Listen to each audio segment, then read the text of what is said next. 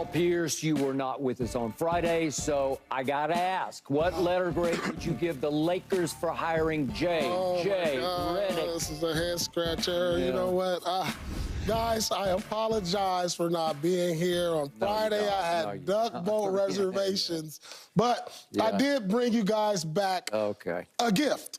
You know, Key, the king of the ifs, I brought a gift for you.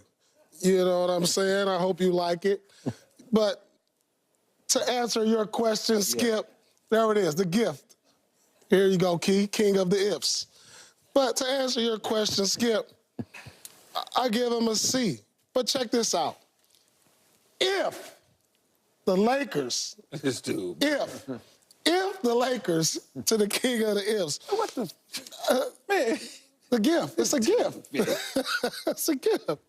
If the Lakers buy in, you know, to what JJ is selling, you know, it can be something respectable. But the reason I give him a C in all of this, because when you look at the hire, I think you had to hire that somebody LeBron respects, just off the top. And I just think with their relationship, he's going to respect JJ. And, yeah, he doesn't have the experience. Yeah, he's never coached on any level. I mean, I think I heard this morning he coached the fourth graders, blah, blah, blah, blah, whatever. That's his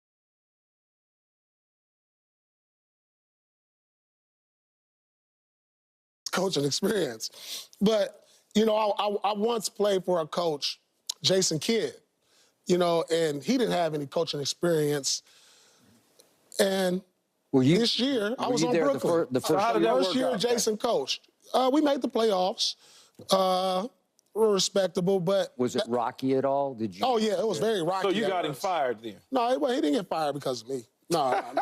What did he struggle with? Well, he didn't have the X's and O's out the gate. So I think it's important to get your coaching staff together. You know, Jason was good. Who was your lead assistant that year? Do you remember? Who was any assistant? Who'd you have? Joe Purdy. Yeah. We had, I forget. Okay, well, so that's the point. You didn't have a dominant lead assistant, well, right? We had an offensive coach who did X's and O's. Yeah. We had the defensive coach, player personnel. So I think it's important for him to get his staff together to help him with the transition, because right off the gate, I'm not sure how his X's and O's or when to call a timeout or playing relationships is going to come into play, because I played with JJ. And so I didn't really see him becoming a head coach, and I played with guys that I said, oh, you know, Ty Lue and Chauncey Billups, that you just knew they were be a head coach. Rondo will be a coach in this NBA one day. And so the one thing I question is just JJ's kind of personal skills with the players, because when I played with him, he wasn't really like hanging with the guys and stuff, and I was there for 2 years. And so I think that kind of comes into effect, you know, how your player relationships are with other people. And I saw that with Chauncey and Tyronn Lue. And so, you know, it's all about how you control the locker room, how you know, manage personalities. You know, it's a lot of things that come with coaching that, you know, he's going to be tested with. And so, but the C is just because of your relationship with Bron. I don't know how much y'all are going to clash, because y'all do have a friendship off the court. But the rest of the things, he still has a lot to prove as far as X's and O's, player personnel, managing the locker room, and so on and so on. You know, we didn't talk about the grade, but since you talk about the grade with Paul, it's an incomplete. You know, it is. It's an incomplete because we don't know. We don't know, Skip, what it's going to be, right? We don't know. But you got some deep down instinct. I know you. You got something way down deep inside you. There's a little voice saying the grade should be this. Well, here it's going to be an incomplete for me. And the reason that is because I don't know, if you don't make the personnel changes that the Lakers so desperately need. They need some perimeter situations and help. They need another big. If we can't get that, then these next 2 years, because I'm projecting LeBron is going to be with us for at least 2 years, these next 2 years are just going to be wasted. We're going to be fighting to get into the playoffs and doing some of those things. Again, the same things we did with Darvin Ham. Nothing's going to change. When you get rid of a coach that has had success, you're only getting rid of that coach because you say you're moving on to the next level. You're tired of being above water You want to get way above water. You want to be you want to be where the Boston Celtics are. Is this the right move to get you there? Not without personnel this ain't changes. what this is about. This hire, I truly believe, wasn't what this is about. The Lakers aren't looking to win championship. This is about to be a reality TV show. You hire a coach with no experience. It might be a reality. You're probably going to most likely draft Bronny. Like, this ain't about trying to win a championship. This is about the future for them. Winning a championship. No. It has to be. No, it's not. Why would you waste I don't want to call it prime years, but let's call it prime years of Anthony Davis. Why would you waste the prime years of Anthony Davis, Paul, in whatever little bit of that 28 and 6 and 4 that LeBron is going to bring to the table? Why would you waste that? Because this was a hire by default.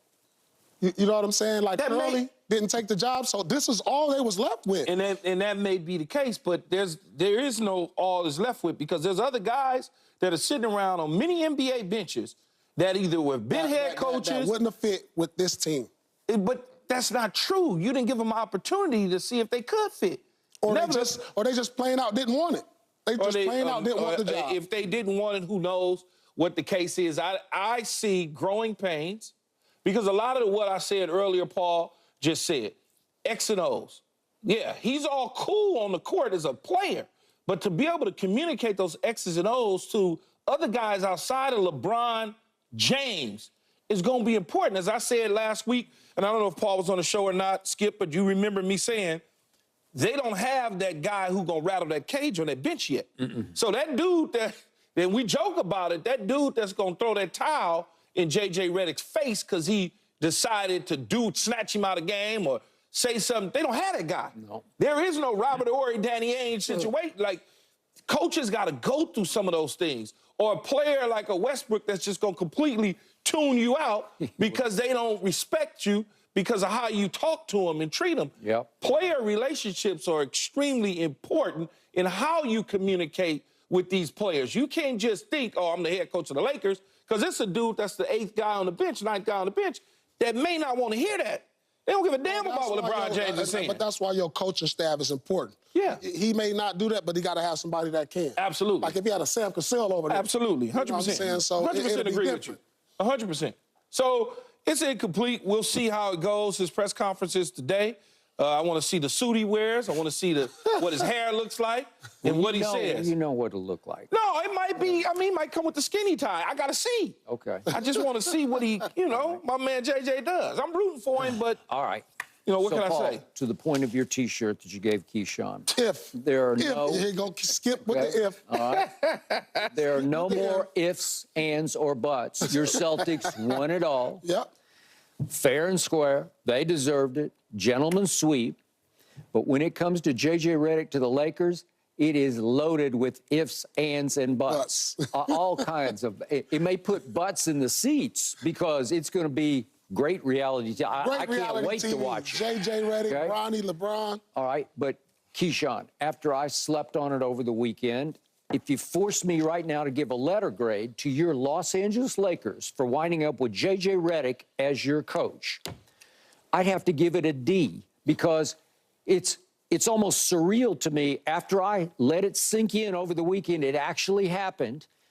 Wait a second, because you feel an entitlement. You're still the Lakers, and I agree with you. You're still the showcase team. You still have the it factor in the league, even beyond the Celtics. They got one more championship, but you still have that it factor. Yeah, lowest ratings ever. Okay, you still have Hollywood. You still have pizzazz and box office and all those things. People watch what the Lakers are going to do next, even though, as I pointed out on Friday, they haven't finished better than 7th, except one time over the last 9 years. No better than 7th in the West, except for the bubble year. Yeah, you got your Mickey Mouse championship, okay? And that's it. That's the only time. Was it? What year? The bubble? 2020. 2020, yeah. Oh, the bubble year. Yeah, it was the bubble bump. Year. Yeah.